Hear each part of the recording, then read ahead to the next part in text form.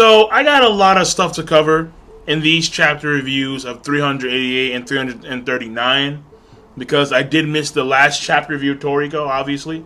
So I'm going to spend, I have no idea how much time, but I'm going to just talk. I'm going to talk about Torico because these two chapters, you saw my titles for my live reactions, yeah, across the board, yeah. And I mean, that would obviously allude to a rating. But before I get to the rating, obviously the meat. So, first of all, right, if you haven't seen the live reactions, which I'm pretty sure you have by now, I'll put them both up there. Both 338 and 39. So, in 338, I'm going to try and do, like, broad strokes here.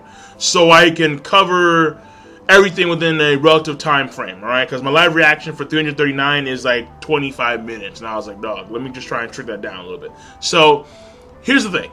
In the last chapter, Toriko, you have, of course, Jirou, Big Bang. And you have the piece of Acacia that was resurrected via eating the blue nitro. That thing was actually able to, like, transform and mutate because it could sense the powerful aura of Jirou. So that was crazy. And then he had the fucking the black power fish. Yeah, like that was awesome. Can't deny it. But the chapter makes a lot of headway into the story, the overall story, by talking about the origins of the gourmet cells. All right, and so I have to go back and I have to read this to you because it's pretty freaking crazy. So the origin of the gourmet cells.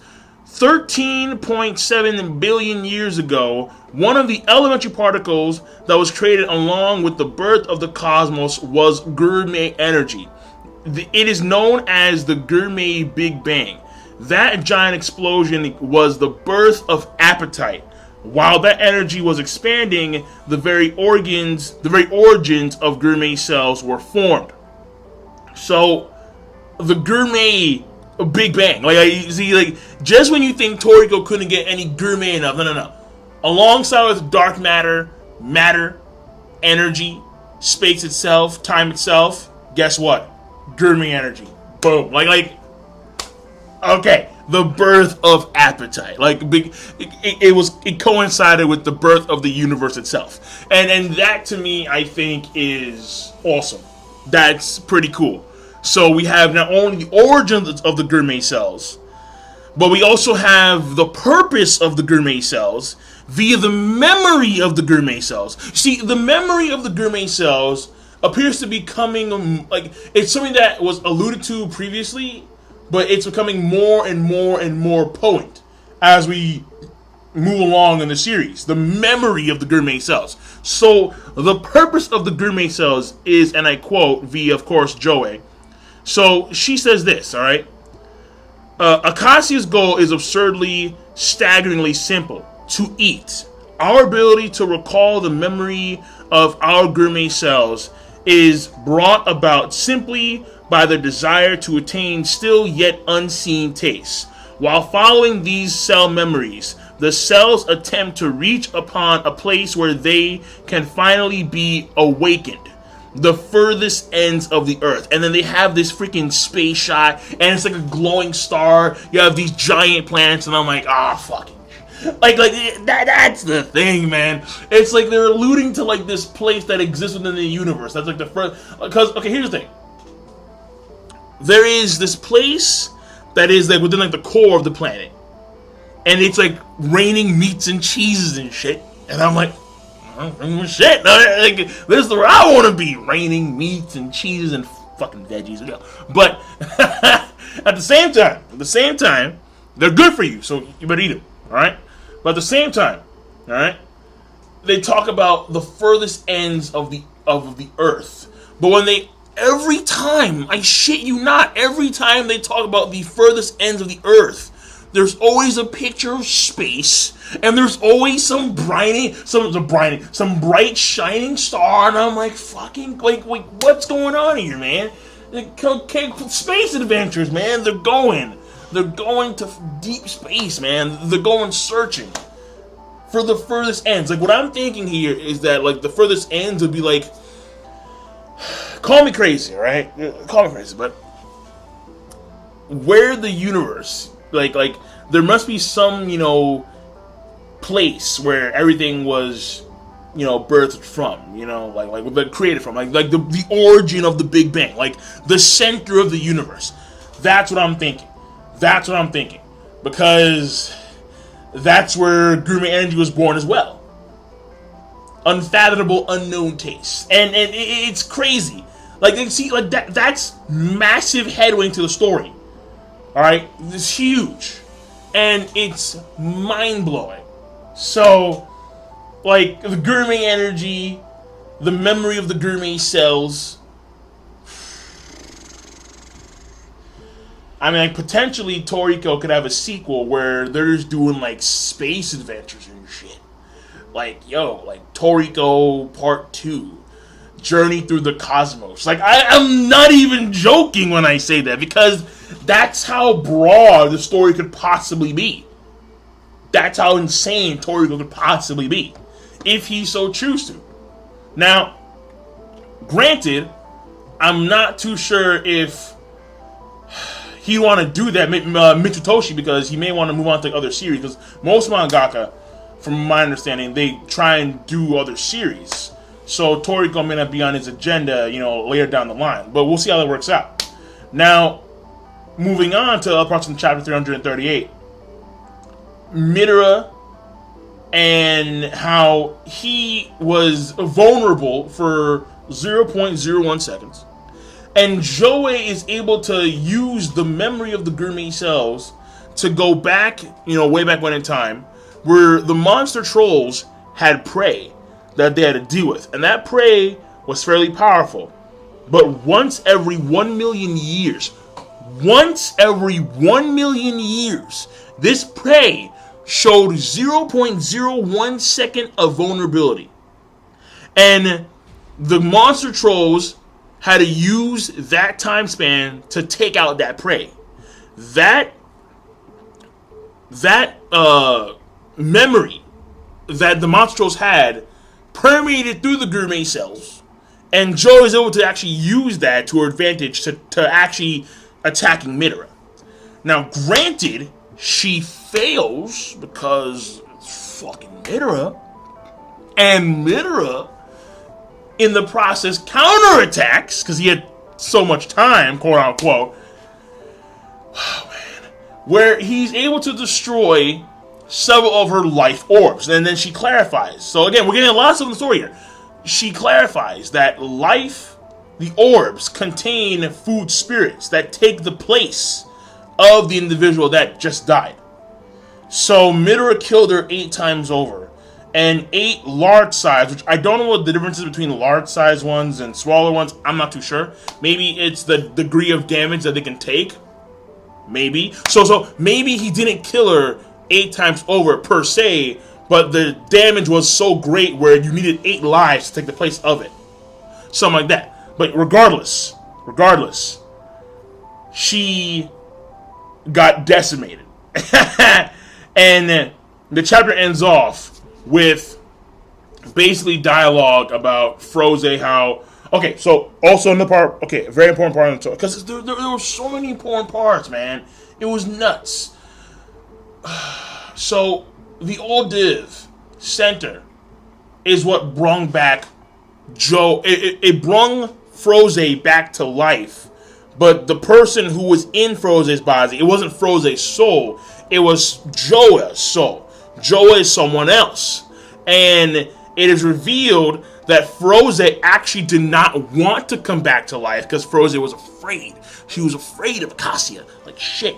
Like, I don't agree with Acacia's plan. I don't want to be part of this anymore. Let me just be a food spirit. Let me just die and wander off and do shit. Alright? Because I can't handle that right now. I just can't. So, Froze had the opportunity to come back to life, and she refused. In the process, Joa takes over the body, and lo and behold, we have what exists today.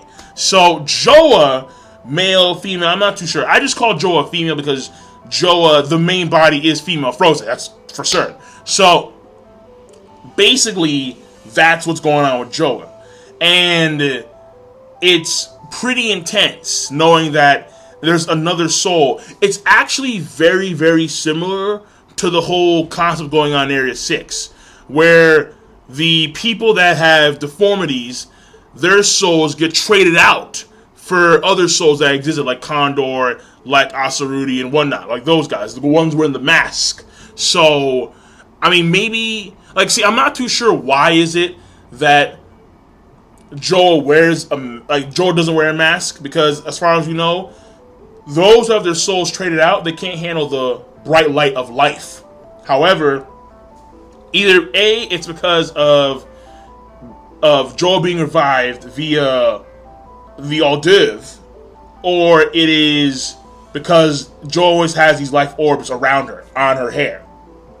So, I mean, there's a lot of things that you can go with that, but again, that I don't think it's a huge deal. We just know that the hors d'oeuvre, in fact, revived Joa, Froze/Joa.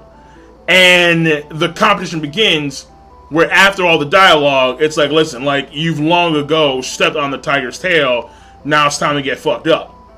And it ends with Meteor Spice. So chapter 338, there it is, yeah. So that chapter makes a lot of leeway into the story, and not only in the sense of overall story progression, but also in the sense of character development for characters like Joa and Midora. Yeah, I guess Midora too, because Midora, someone that we've never ever seen like show any signs of weakness or whatnot. 0.01, shit, boom, like whoa. So that, that was big. And the memory of the gourmet, the origins, the furthest ends of the earth, like, all that shit is just bonkers. There's so much to be developed. It's like it's so overall, that chapter is an obvious yo. Obvious yo, alright? Fucking Jirou, man. Obvious yo. But let me get on to the next chapter. Chapter 339, right? 339 of Torico. So, chapter 339, it still does make leaps in the story. Though I think it's a little less, like, it's more simple. It's more simple compared to 338. Because in 338, we had the whole thing with with the gourmet cell memory, the origins of the gourmet energy, and the furthest ends of the earth, and one-on-one. This chapter, I think, is far more simple, but it still does make leaps into the story. So, first of all, alright, let's get this out of the damn way, because it's not even fair.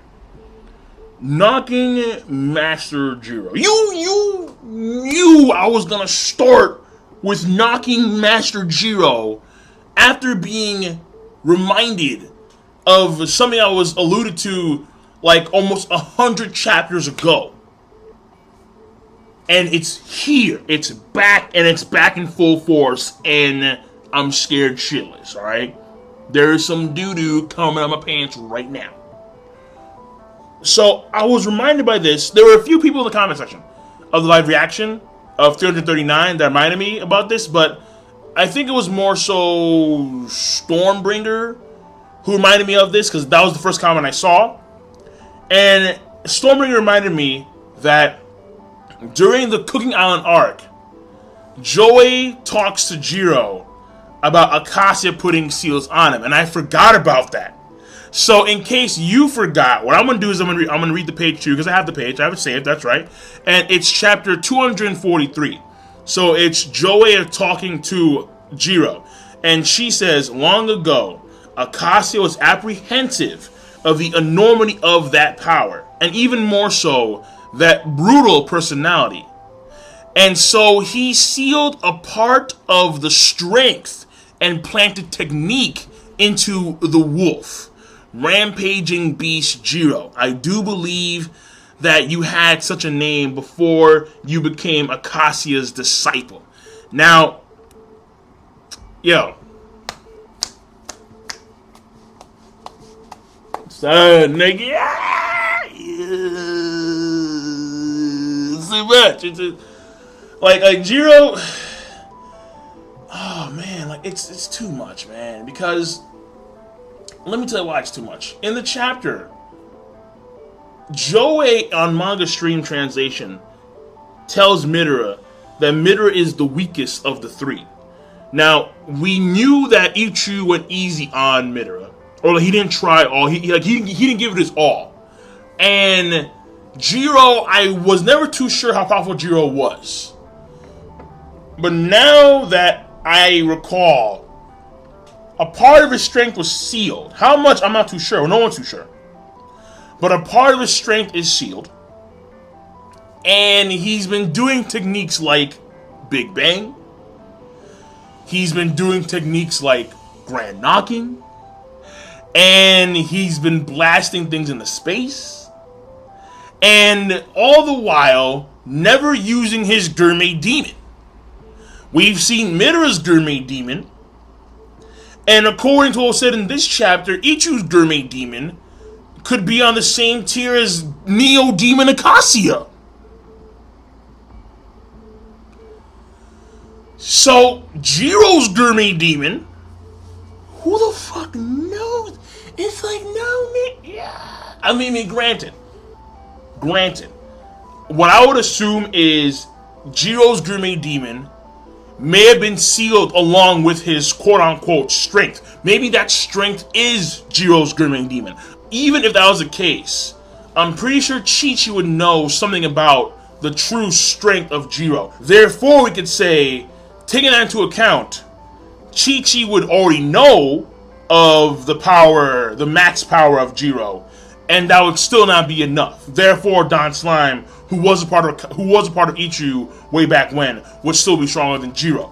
So, based on that tier system, it would be Ichiryuu strongest, then Jirou, then Midora. Zaus wakes up, and Teppei is like, I need to find out where all of the golden cookware is. So, I'm not too sure if Zaus is going to tag along, but at some point they need to go back over to Area 6 with the golden cookware, so Komatsu and company can actually deal with another, which would probably mean some direct, Whale King Moon contact and shit. It's like, which I can't fucking wait for, goddammit.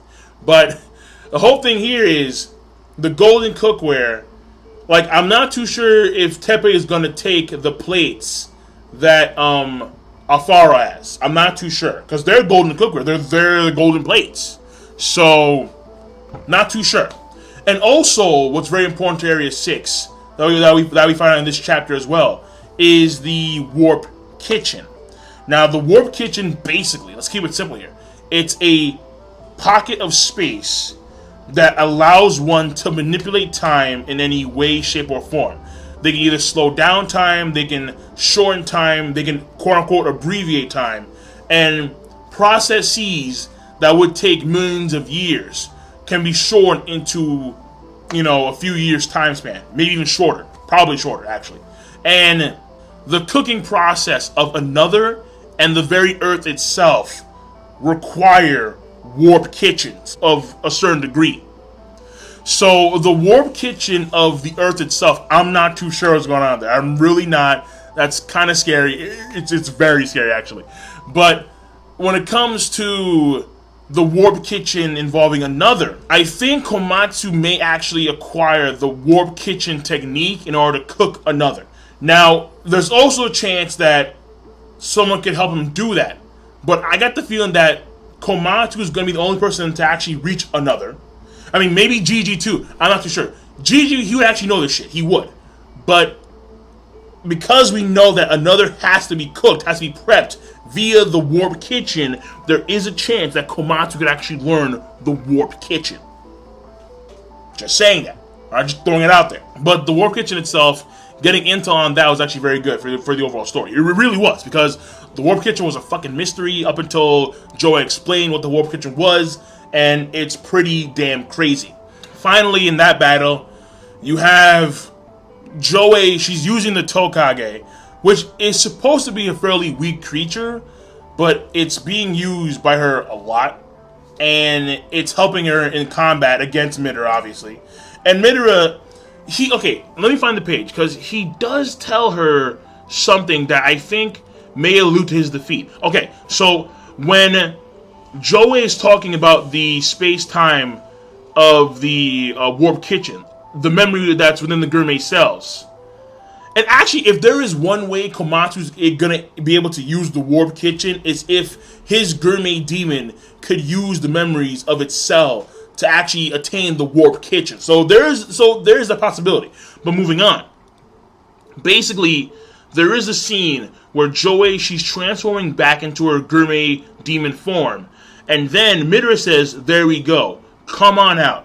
Keep that face right where it is. And then once he says that, in the next page over, we see his eyes light up, and he's talking about how, like, well, my rage is limited. Like, it's for a fleeting moment, but I'm going to etch fear into your fucking soul. I'm like, oh, yeah! So, that you will never forget for eternity if you live that long, bitch. So, here's the thing.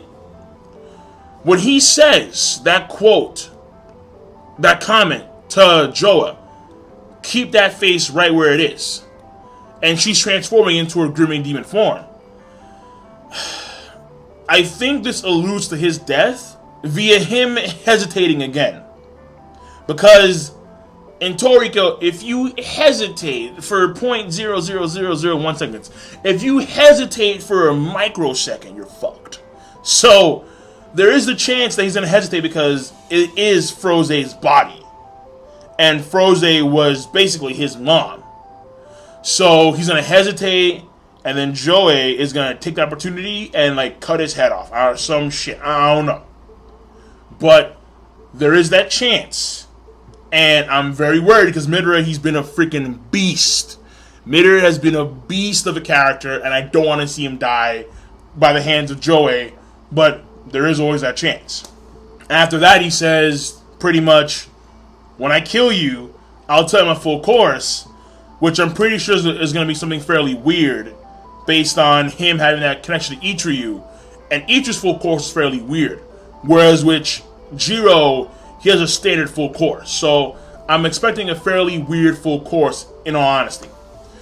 Actually, now I think about it, his full course may be Froze food related.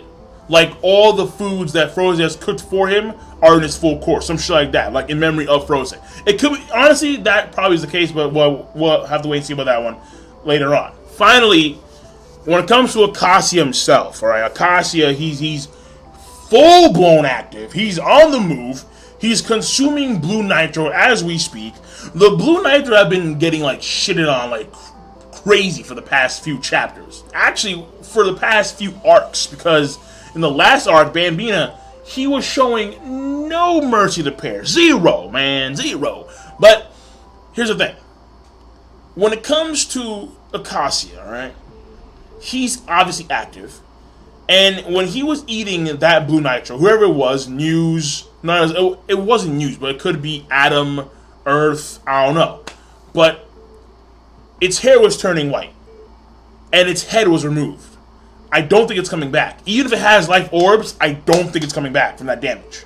So maybe when Joey was talking about the size of the life orb in the previous chapter, it correlates with the amount of damage one takes and how much the life orb can actually take in place of that damage.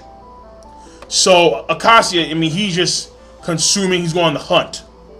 So he's going to be going from continent to continent to continent, getting the full course in that form. The 8 Kings are going to see that as an immediate threat. Honestly. So, let's say after Acacia is done consuming all these blue nitro, he goes over to Area 8. He goes, gets some air. Some, like, air that's, like, you know, been prepped by Komatsu and whatnot, and it's just lying there. Because there was so much air there that there's probably still some left. Heracles ain't gonna like that shit. You get what I'm saying here? Acacia versus Heracles. Acacia versus Bambina. Acacia versus fucking Moon. No, Acacia versus Skydeer. Acacia versus Mother Snake, Emperor Crow. Fucking battle. Oh no. Fucking legendary right there, bro. Legendary status. Oh god. So, I mean, like, I'm just saying. Keep that in mind. because he's gonna go hunt now. But at the same time, he may not be hunting specifically the full courses. He could be just going around just eating creatures straight up without any bias. So that could be the case as well. So how that works out, we're not too sure. But even Chichi is going to have to take some drugs, do some chemical enhancements to prepare for the battle. And Don Slime is going to be a quintessential asset against Acacia. So basically what's coming real soon is Acacia versus the world. Zawaldo. So that's it. I'm done. That chapter is also a yo. Unequivocally, both chapters yo. As it's obvious, right? It's Torico. Torico, when it's epic, when it's hype, when it's fantastic consistently. It flatlines at yo's and amazings, and then it goes back down, and then all of a sudden, oh shit, baby. So yeah, you get my point. So that's it, I'm done. King Lightning overall chapter rating for those chapters again is going to be yo, and I will see you guys later. Rate the video, comment, subscribe. Have a nice one.